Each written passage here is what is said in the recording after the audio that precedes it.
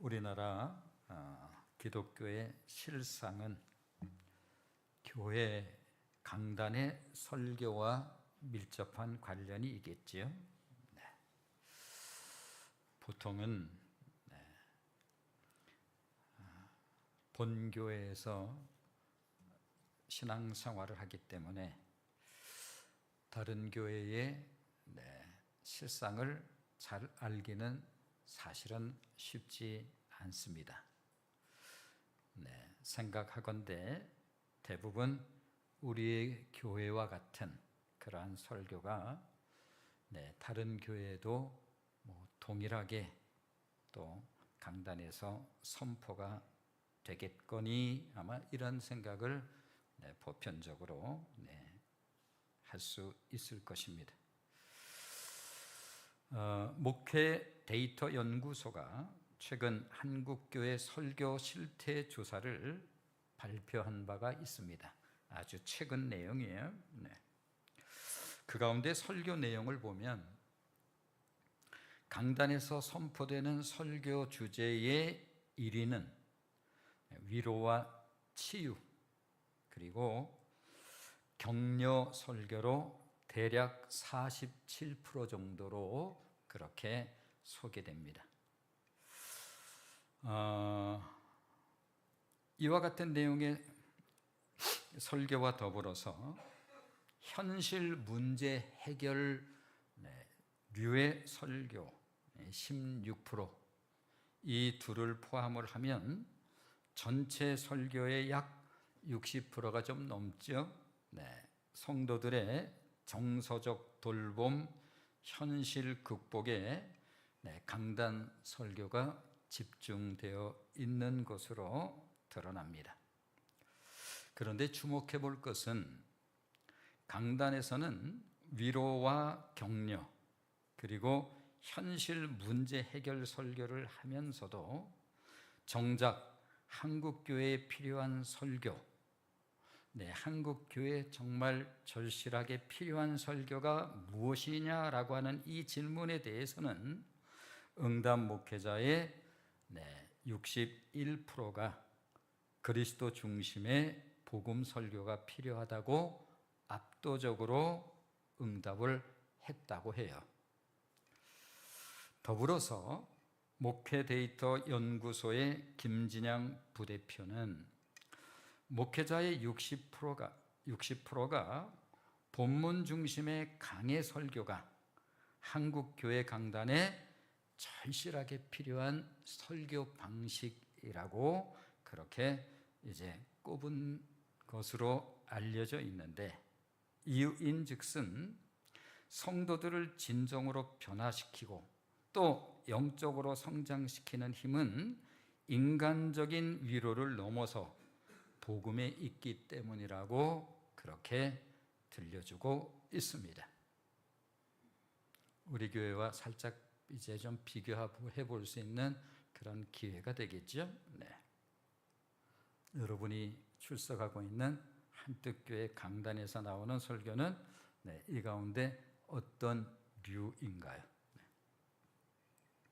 우리는 여기서 한국교회 강단의 이중성을 볼 수가 있습니다. 실제로는 그리스도 중심의 복음 설교가 필요하다고 인정하면서도 많은 교회의 설교들이 성도들의 정서적 돌봄이나 현실 극복에 머물러 있는 것을 보게 되지요. 다시 말하면 성도들의 요구를 의식하는 조금 불편한 단어를 좀 동원해 보면 비위를 맞추는 이와 같은 설교가 대부분이라는 거예요. 그러면서도 실제로 필요한 설교는 그리스도 중심의 복음 설교라고 응답을 합니다. 따라서 진실로 성도들을 위한다고 한다면 그들이 아무리 인간적 위로나 격려 그리고 문제 해결식 설교를 원한다고 할지라도 본문 중심의 복음 설교를 당연히 들려줘야 되겠지요. 왜 그러면 그렇게 해야만 되는 것일까? 사실 오늘 여러분들이 잘 주목해서 들어볼 필요가 있습니다.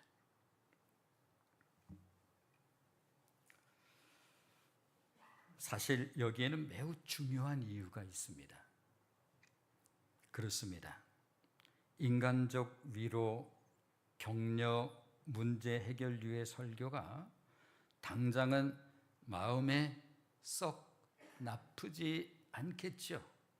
그러니까 은근히 그러한 부분들을 요구할 것이고, 이제 목회자들이 그 부분에 대한 부분들을 상당히 의식하고 있다는 거예요.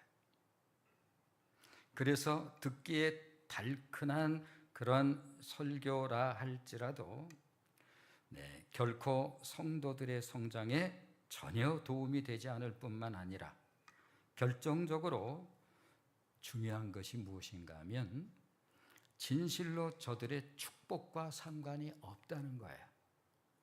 어떤 내용이 위로나 격려, 문제 해결식의 설교, 이러한 내용이 당장은 듣기에 조금 달큰하게 들릴지 모르지만 성도들을 성장에 전혀 기여를 하지 못할 뿐만 아니라 정말로 중요한 것은 무엇인가 하면 저들에게 축복을 가져다 주지 못한다라고 하는 거예요.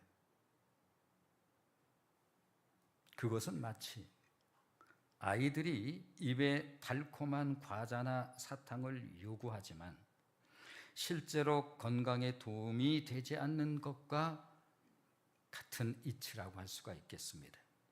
그렇습니다.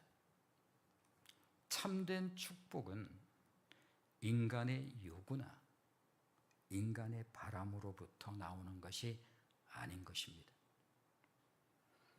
그리스도의 복음, 즉 예수 그리스도의 말씀으로 말미암기 때문 그렇지요? 자, 이제 로마서의 은혜가 서서히 끝을 향하고 있습니다. 바울이 로마 교회 성도들에게 그토록 철저한 마음으로 다시 들려주고 싶었던 말씀이 무엇이었습니까? 그렇습니다. 예수 그리스도의 복음이 이거 그렇게 들려주고 싶었던 거예요.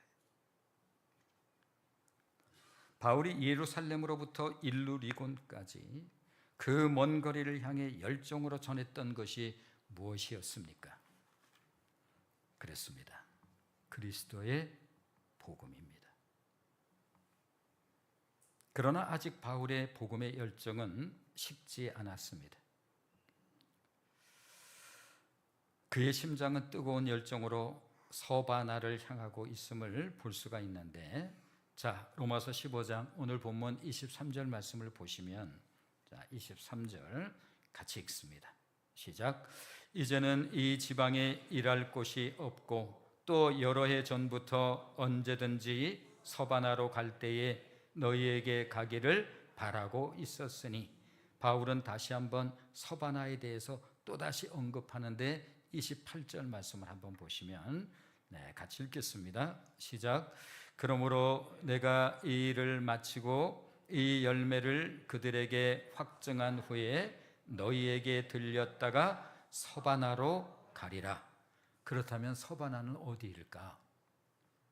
서바나는 오늘의 스페인을 말합니다.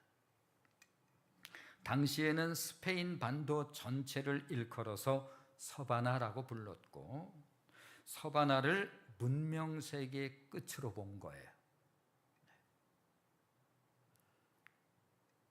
그러므로 바울의 심장에는 예수님의 마지막 지상명령이 항상 살아있던 거죠. 땅끝까지 이르러 내 증인이 되리라. 이 주님의 마지막 부탁의 말씀을 바울은 항상 그의 심장 중심에 가지고 살았는데, 그러기에 바울이 왜 서바나를 그렇게 가려고 했을까? 서바나는 오늘의 스페인인데, 당시 세계관으로 보면 이 스페인 반도 전체를 당시에는 서바나라고 불렀고, 그리고 이 서바나를 문명세계의 끝으로 본 거예요. 이것이 바로 모든 믿는 자에게 주어진 사명이지요. 자, 그런데 이와 관련해서 존 뉴턴이라고 하는 사람이 의미 있는 말을 우리에게 들려줍니다. 존 뉴턴이 누구인가 하면 우리 모두가 너무나 잘 알고 있는, 예수 믿고 인생이 송두리째 변했던, 나 같은 죄인 살리신, 우리들이 가장 좋아하는 찬송, 꼽으라 그러면 거의 1위를 얘기할 때 거의 이 찬송을 얘기합니다. 이 찬송을 작시한 사람이 바로 존 뉴턴. 배를 타고 다니면서 흑인 여자 노예들을 수없이 겁탈하면서 살았던 그가 예수를 믿고 예수를 만난 이후에 인생이 완전히 바뀌죠.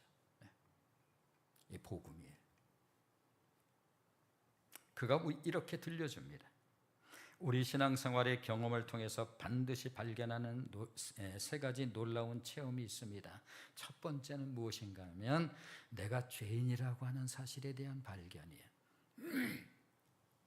교회를 좀 다니다 보면 죄인 얘기를 늘상 우리가 얘기를 하니까 별로 대수롭지 않게 여겨질는지 모르지만, 사실 내가 말할 수 없는, 어찌할 수 없는 죄인이라고 하는 이 사실을 정말 뼈저리게 발견하는 것은 결코 쉽지 않아요.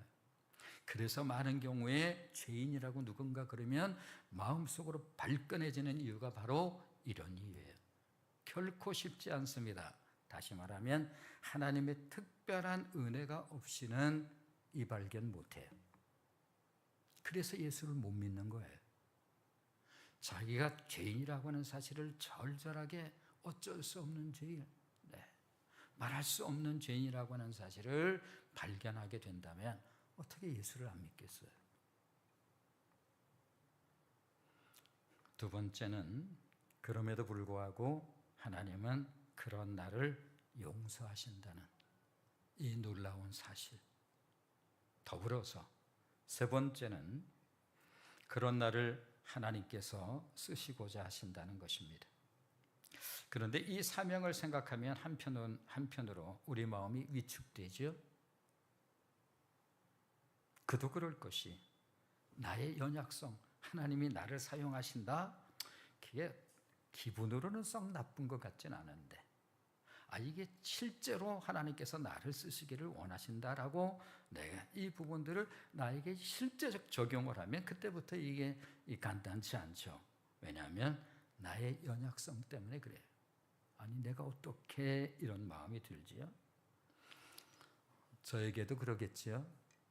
여러분들이 잘 아는 것처럼 제가 과거에 했었던 것은 소위 작품을 하니 이런 일들을 제가 주로 했으니까 주로 개인적 일일 것 아니겠습니까? 작업이라고 하는 게. 그런데 어느 날 예수를 믿게 되었고, 하나님께서 나를 쓰신다고 할 때에 기질상 많은 사람들 앞에서 무엇인가 한다는 그 자체가 굉장히 괴로운 일이죠. 이게 참 불편하기 짝이 없죠. 그럼에도 불구하고 하나님께서 그 긴 날, 긴 시간들을 그 일을 하게 하십니다. 이유가 뭘까? 이미 앞에서도 은혜를 나눈 것처럼 주님은 당신의 일꾼을 세우거나 보내실 때에 절대로 그냥 보내시는 분이 아니라, 그것은 개인에게도 그렇거니와 나라를 통해서도 같습니다만, 필요한 능력 그리고 필요한 것을 반드시 주시는 분이라고 하는 거예요. 지금도 여전히 마음 불편하기는 이전과 똑같습니다만, 참 많은 날들 이 목회뿐만 아니라 다른 이런 공동체에 그런 책임을 맡는 이러한 일들을 여러 차례 맡기셨어요. 그때마다 얼마나 괴로웠겠어요, 마음이. 그러나 우리 하나님께서는 무엇인가 당신의 종을 세우거나 우리에게 무엇을 하게 할 때에 그냥 시키는 것이 아니라 반드시 능력과 필요한 것을 주시는 분이 하나님이십니다. 그것은 개인도 그렇고 나라도 그렇습니다. 자, 먼저 나라를 한번 생각해 볼까요? 지난 300여 년 선교 역사를 돌아보면 세계적으로 선교를 주도한 나라는 그 시대에 경제적으로 가장 부강한 나라입니다. 19세기에는 영국이 세계 선교를 주도했고 당시 영국이 세계 최강국이었습니다. 경제뿐만 아니라 정치, 경제, 군사, 기술 모든 분야에서 압도적으로 우위를 점했습니다. 역사는 그때를 대영제국이라고 그렇게 이름하여 부릅니다. 이 시대를 팍스 브리타니카라고 그 바다를 점령했던 나라가 영국이에요. 세계 최고의 강한 나라였습니다. 선교 역사 속에서 이때의 전설 같은 인물들이 등장하는데 허드슨 테일러, 리빙스턴, 이때의 인물이에요. 다 영국 사람들입니다. 다시 말해서 하나님께서 그 나라에 경제적인 축복을 주신 것입니다.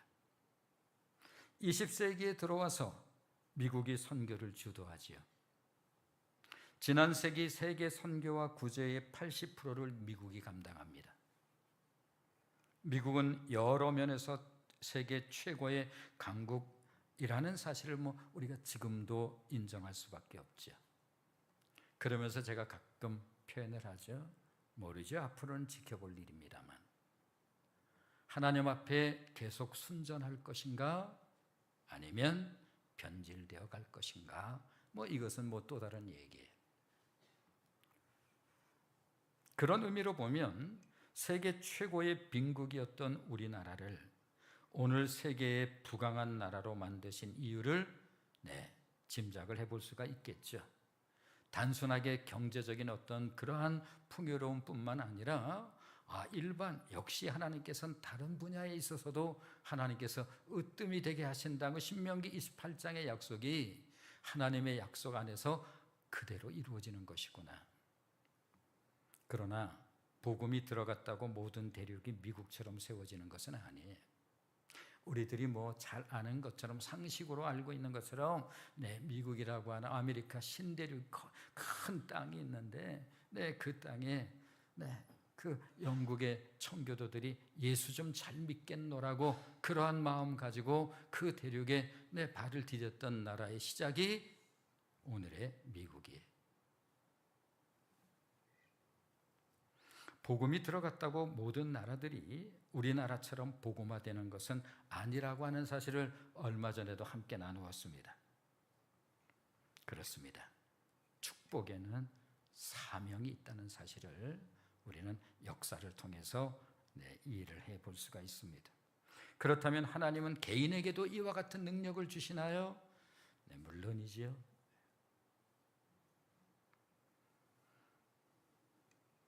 이와 관련해서 D.L. 무디 목사님이 매우 의미 있는 말을 우리에게 들려주고 있습니다.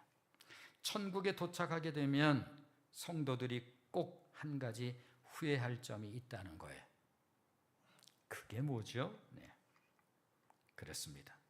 천국 창고에는 그리스도인들이 만약 청구했다고 한다면 쓸 수 있는 자원이 가득 채워져 있건만,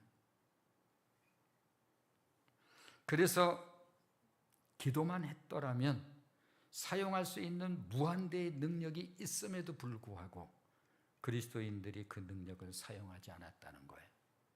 그리고 천국에 가서 크게 후회한다는 거죠. D.L. 무디 목사님이 들려주는 말이에요. 그렇습니다. 바울이 지상 최고의 사명을 이룬 것은 결코 그의 개인의 능력으로부터 나온 것이 아닌 것입니다.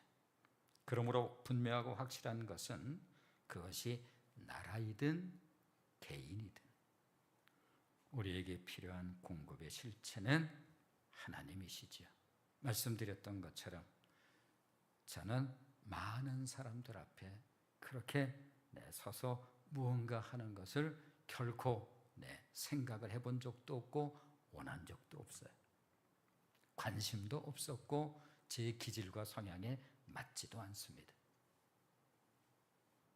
제 인생에 이와 같은 사역을 생각해 본 적도 없고 또 꿈꿔본 적도 없지만 중요한 것은 무엇인가 하면 하나님의 마음속에 있었던 거죠.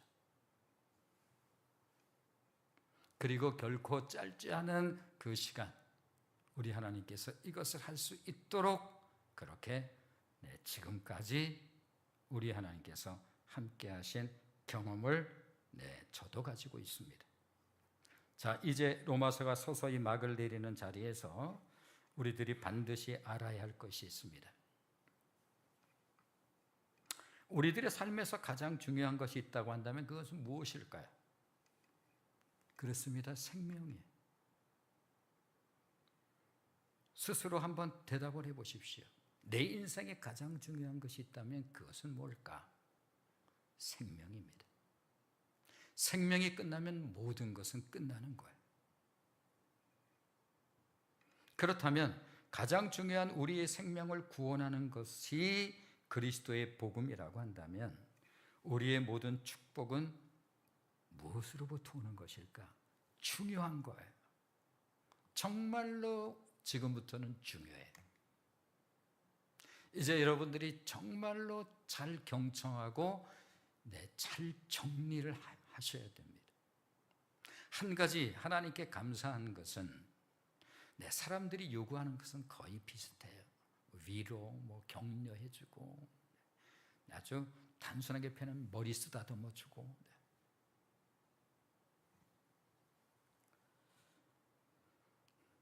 그런데 주일 낮 예배에 이와 같은 메시지를 전할 수 있다.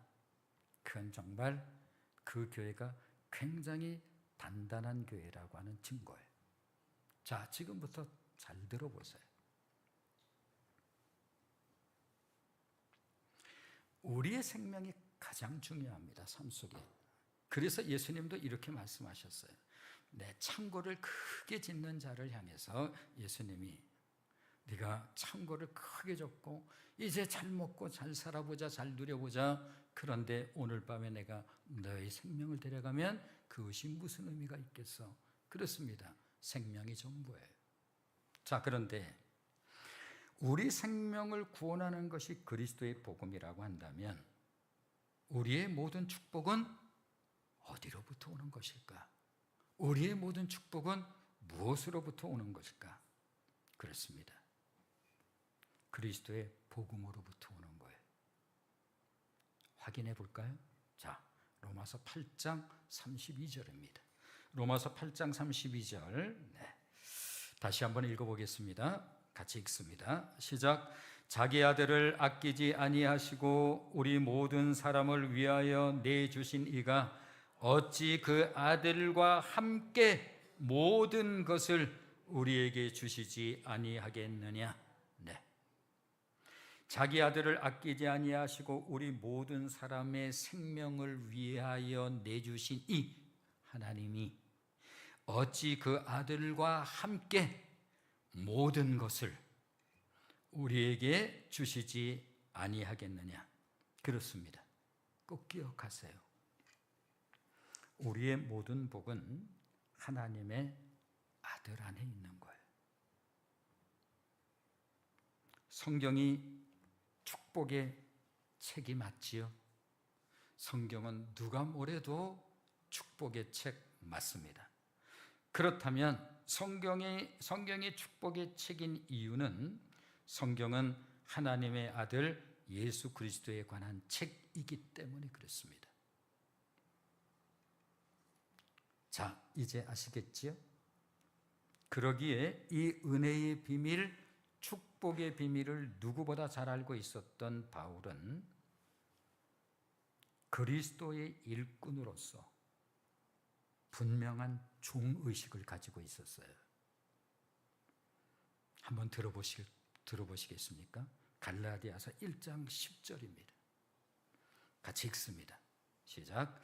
이제 내가 사람들에게 좋게 하랴 하나님께 좋게 하랴, 사람들에게 기쁨을 구하랴, 내가 지금까지 사람들의 기쁨을 구하였다고 한다면 나는 그리스도의 종이 아니라. 굉장히 중요한 말이에요. 그렇습니다. 사람이 원하고 바란다고 그것이 주어지는 것이 아니에요. 사람을 좋게 하고 사람을 기쁘게 하는 것이 진정 복이라고 한다면 마땅히 그렇게 해야지요. 당연히. 문제는 그렇지 않다는 거예요. 이 의식은 저의 종의식이기도 합니다. 인정이 조금 되실지도 모르겠어요. 저의 목회 철학이기도 합니다. 사람은 기본적으로 사람을 의식하는 성향이 있어요. 당연히. 저에게도 당연히 있지요. 사람의 평가에 예민하고 그만큼 사람을 의식하는 사람들로부터 무조건 좋다는 소리를 듣고 싶죠. 저에겐 늘 그게 없겠어요? 당연히 있겠죠. 따라서 그리스도의 종의식을 갖기 위해서는 스스로의 싸움을 치열하게 해내지 않으면 안 되는 거예요.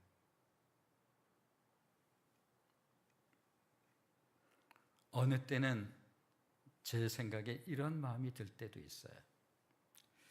아마 내가 참 이해를 안 해준다 아니면 못 해준다라고 하는 그런 생각을 혹여할지도 모르겠다. 아마 그럴 수 있을 것 같아요. 제가 생각해도. 그러나 이해로 구원받을 수가 없어요. 이해로 학교에 들어갈 수가 없어요.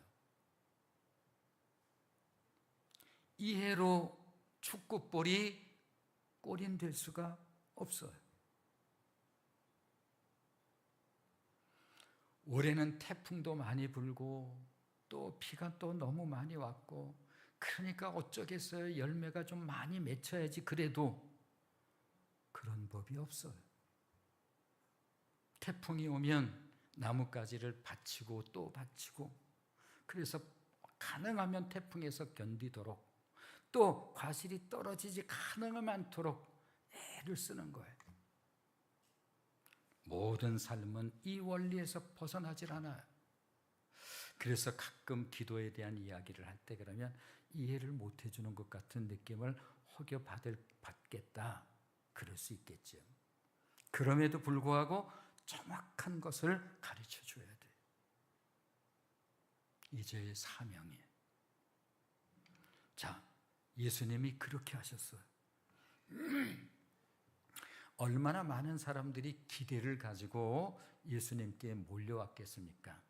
그것도 산에 많은 사람들이 예수님께 찾아왔을 때는 상당한 인간적 기대를 가지고 몰려왔을 거예요. 그런데 입을 탁 여는데 관심도 없는 말씀을 하셔요. 심령이 가난한 자는 복이 있나니 저하고 저 말이 나하고 무슨 상관인가. 기가 막혔던 순간은 오병이어의 사건이었습니다. 그야말로 아주 환상적 사건이었죠. 오병이어의 사건. 정말 저들의 마음속에 저번 따라다니면 나 인생 끝났어 이제. 그런데 그분께서 슬그머니 없어져 버렸어요. 그러니 어디 가셨어? 어디 가셨어? 어렵게 찾아왔습니다. 그런데 주님이 이렇게 말씀하세요. 너희가 떡을 먹고 배불러서 나를 찾아왔구나. 잘못 봤다. 내가 떡이다. 그들에게 관심이 있었을까? 그러나 이 말씀을 들려줘야만 된 거예요. 따라서 바울이 철저하게 그리스도 중심의 종의식을 가진 이유는 앞서 시작하면서 말씀드린 것처럼 많은 한국교회 강단 설교의 실상이 사람들이 원하는 인간 중심의 위로와 격려, 그리고 소위 문제 해결식 메시지를 선포하지만 왜 그걸 요구하니까? 그거 모르지 않으니까. 그런 거 듣고 싶어 하니까. 그러나 그것은 인간의 귀로 끝나버리고 맙니다. 듣는 것으로 끝나요. 왜냐하면 모든 복은 그렇게 오는 것이 아니기 때문에. 모든 복은 새 생명과 함께 하나님의 아들 그리스도 안에 있기 때문에 그렇습니다. 이 은혜의 비밀을 너무나 잘 알고 있었던 바울은 자신의 종의식을 오로지 하나님을 좋게 하는 데 두었던 이유가 이런 이유 때문에 그런 거예요. 사람을 무시하려고 그런 것이 아니라 예수님께서 수많은 사람들이 몰려온 그들을 무시해서 그 말씀을 들려주신 것이 아니라 그 말씀을 반드시 들려주셔야 되었기 때문에.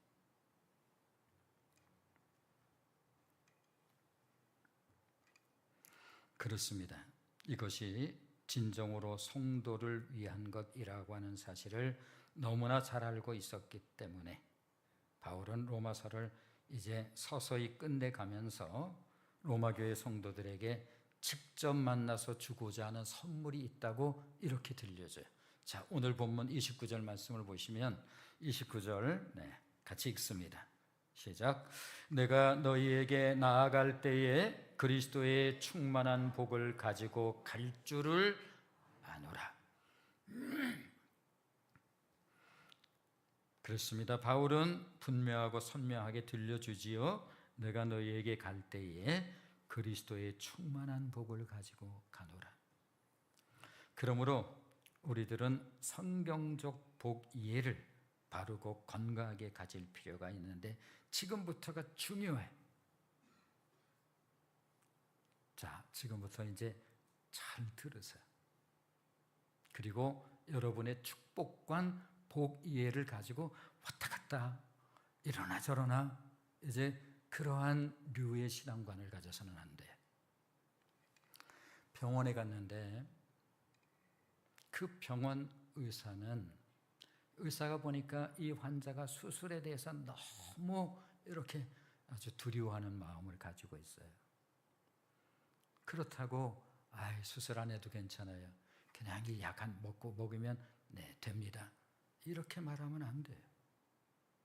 그럼에도 불구하고 수술이 조금 당장은 좀 어려운 마음에 느껴질 수 있지만 크게 어렵지 않아요. 수술해서 반드시 치유하게 만들어줘야지. 감성으로 환자를 다뤄요? 그건 있어서는 안 되는 거예요.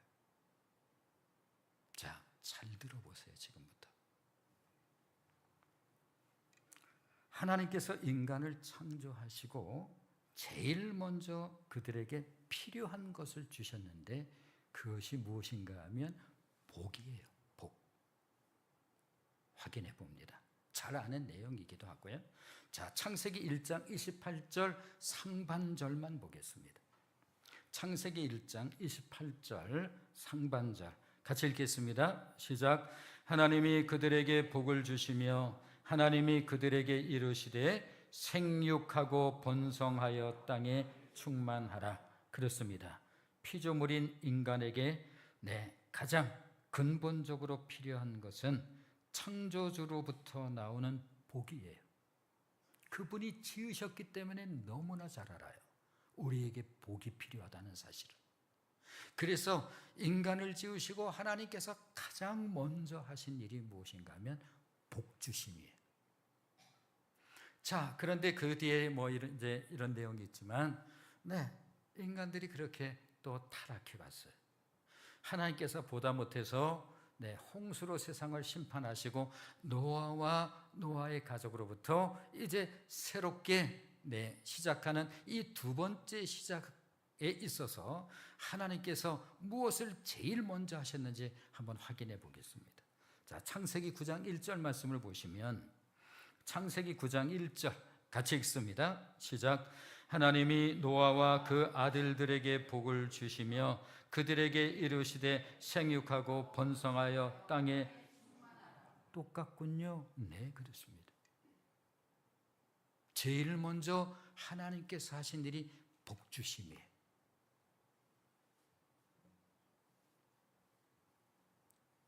하나를 더 확인해 볼까요? 성경 공부하면서 아신 것처럼 이제 역사시대의 첫 인물, 믿음의 조상이라고 불리우는 하나님께서 어느 날 아브라함을 부르세요. 아브라함을 부르시고 뭘 하셨나? 자, 확인해 봅니다. 창세기 12장 2절 말씀을 한번 보시면 같이 읽겠습니다. 시작. 내가 너로 큰 민족을 이루고 네게 복을 주어 내 이름을 창대하게 하리니 너는 복이 될지라. 역시 복을 줘요.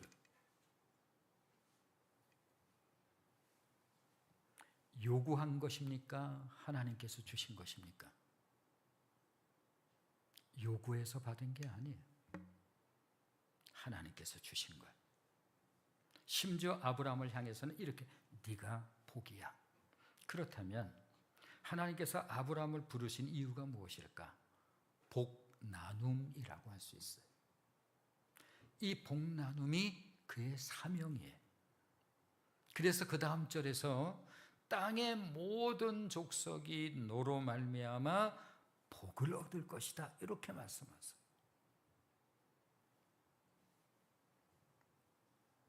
땅의 모든 족속이 너로 말미암아 복을 받을 것이라는 이 말씀은 구약 말씀 가운데 가장 놀랍고 귀한 말씀이에요.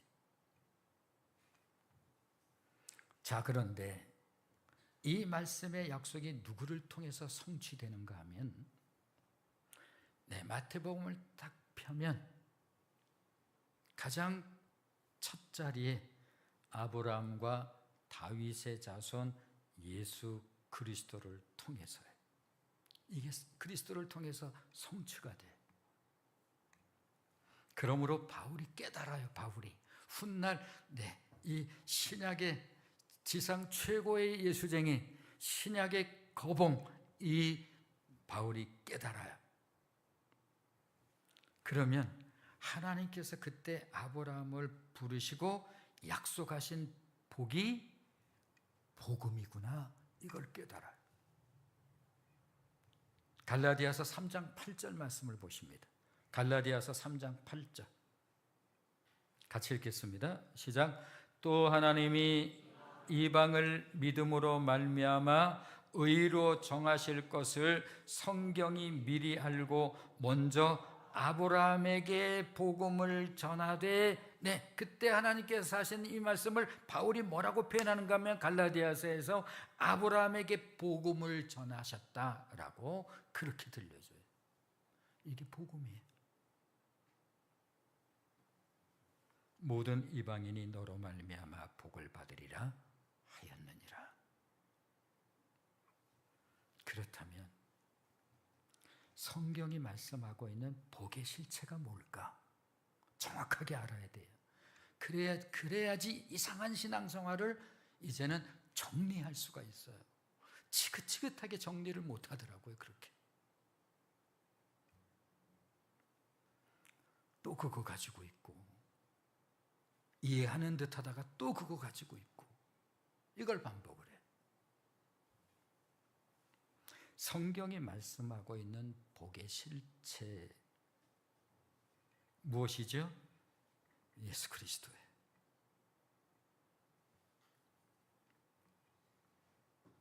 그렇다면 모든 복은 오직 예수 그리스도로 말미암는 것일까요? 말하면 뭐예요?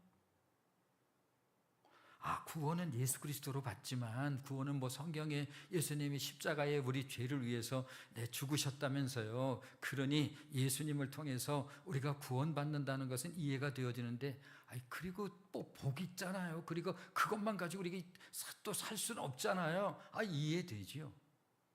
그럼 그 복은 어떻게 오는 거죠? 그리스도로 오는 거예요. 그 안에 있는 거예요. 그러면 어떻게 딴 데서 그게 오는 건가요? 아니에요. 로마서 8장 32절 다시 한번 읽어봅니다. 자, 로마서 8장 32절. 같이 읽겠습니다. 시작. 자기 아들을 아끼지 아니하시고 우리 모든 사람을 위하여 내주신 이가 어찌 그 아들과 함께 모든 것을 우리에게 주시지 아니하겠느냐. 모든 복이 그 안에 있는 거예요. 아들, 하나님의 아들 안에 있는 거예요. 다른 어떤 것으로부터 오는 게 아니에요.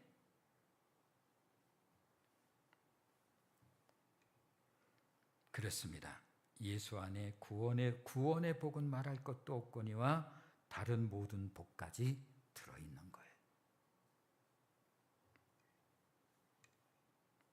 따라서 성경의 복 이해에 있어서 우리들이 꼭 알아야 될 한 가지가 있다고 한다면 기복적 복 이해에 관한 거예요. 기복적 복 이해. 제가 종종 기독교는 비는 종교가 아니에요, 이런 말씀을 종종 드리죠. 기독교는 비는 종교가 아니라니까요. 세상에 있는 모든 종교는 비는 종교예요. 그러나 저와 여러분이 신앙하는 기독교는 비는 종교가 아니에요. 기복신앙이라고 하는 것은 모든 종교에 있어서 우상 사신에게 빈다는 의미에서 결코 성경적 복 이해가 아니에요. 복 빈다라고 하는 것은,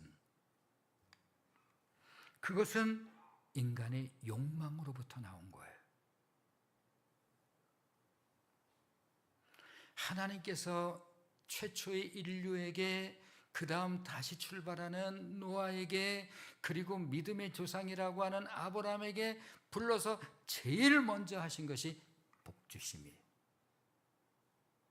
이 복은 요구해서 받은 것이 아니에요. 빌어서 받는 것이 아니라고요. 그런데 왜 많은 한국의 크리스찬들이 비는 신앙을 하지요?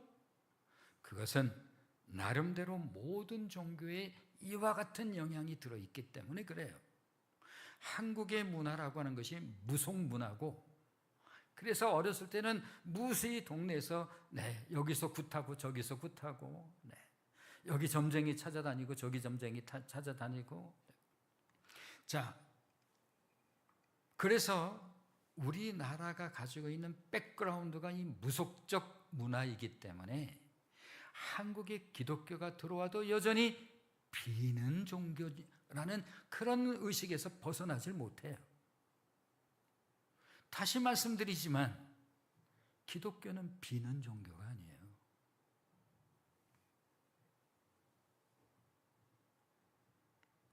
토테미즘, 자연 숭배 사상을 우리가 토테미즘이라고 그러잖아요. 거긴 다 비는 거예요. 지금도 저 바닷가에 이렇게 가면 소위 무속인들이 기도해요. 그들 기도 열심히 하죠. 그래서 여기 바닷가에 있는 거 아마 보실 거예요. 대단한 지성으로 빌지요. 샤머니즘 말할 것 없고요. 애니미즘, 모든 것의 정령, 숭배 사상, 모든 것에, 그래서 큰 나무에 있어서 또 비는 거죠. 따라서 그리스도인의 기도는 소원 빌기보다는 기도에 하나님께 우리 원하는 RM에 대한 부분들이 없는 것은 아니에요. 그러나 기독교 신앙이 그것을 말하는 것 아니에요. 그것은 이미 하나님께서 우리에게 주심이에요. 언제나 요구에 대한 게 아니에요. 우리는 하나님을 사랑할 줄 모르는 존재예요. 하나님께서 우리를 사랑하셨고 하나님께서 우리에게 주신 거에 절대로 필요한 것을, 너는 이게 절대로 필요하다. 나의 아들 예수 그리스도. 이 예수 그리스도가 누구인지를 정확하게 아는 게 기독교 신앙의 핵심이에요.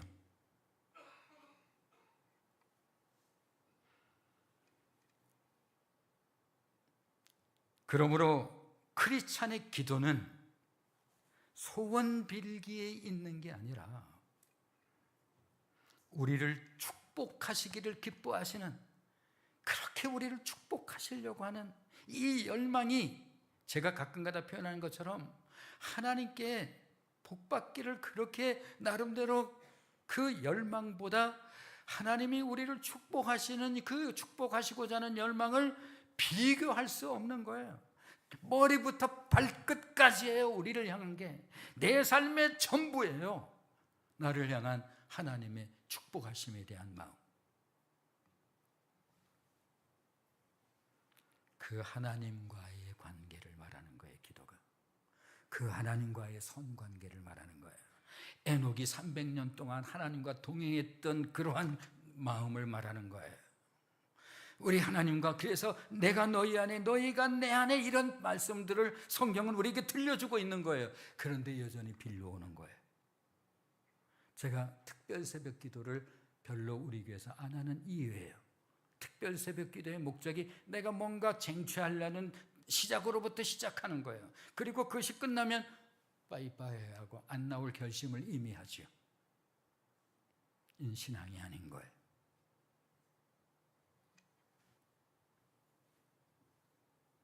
그러므로 기도에는 깊은 인격이 그 안에 들어있는 거예요. 이것을 예수님께서 뭐라고 말씀하시는가 하면, 나는 포도나무여 너희는 가지이니, 가지가 포도나무에 붙어 있는 것을 말하는 거예요.